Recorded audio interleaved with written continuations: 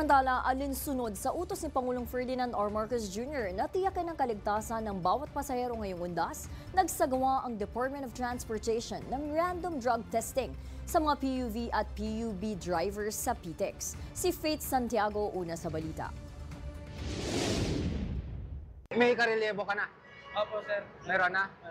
Yahin kita magpa-drug test, okay lang? Okay lang po, sir. Ha?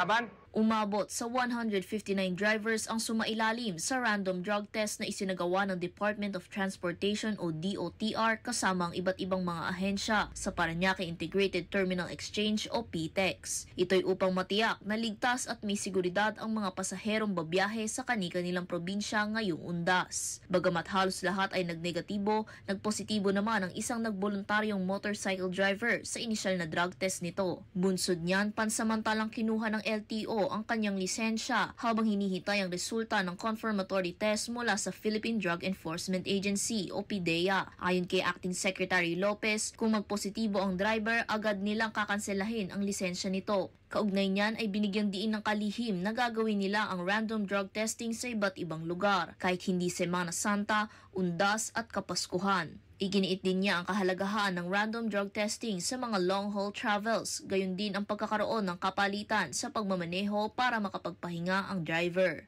Inatasan naman din ni Acting Secretary Lopez ang LTFRB, LTO at Special Action and Intelligence Committee for Transportation o SAICT sa pagsitat paghuli sa bus drivers na lumilihis ng linya sa PTEX para lang makaiwas sa random drug testing. Samantala, tiniyak ni Acting Secretary Lopez katuwang ang iba pang ahensya ang kahandaan para masigurong ligtas, komportable at maginhawa ang biyahe ng bawat pasaherong uuwi ng kanilang probinsya ngayong undas. Gayon din ang mga magbabakasyon sa pamamagitan ng pagpapanatili sa kaayusan ng mga kalsada, paliparan, pantalan at rail lines sa bansa. Nauuna sa mga balitang totoo at laging bago. Faith Santiago, Alauna sa Balita, Congress TV.